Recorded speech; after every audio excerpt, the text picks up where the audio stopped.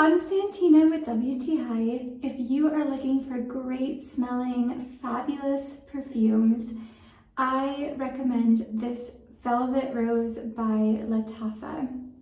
So first of all, the scent, and I think that's one of the most important things for perfume, of course. It's really beautiful. It has a really nice, sweet smell. It does have a touch of rose.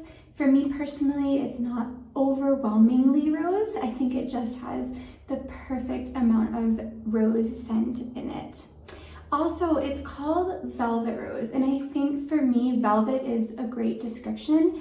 It has kind of a velvety smell, and more physically, the case it comes in has a really nice velvet texture as well.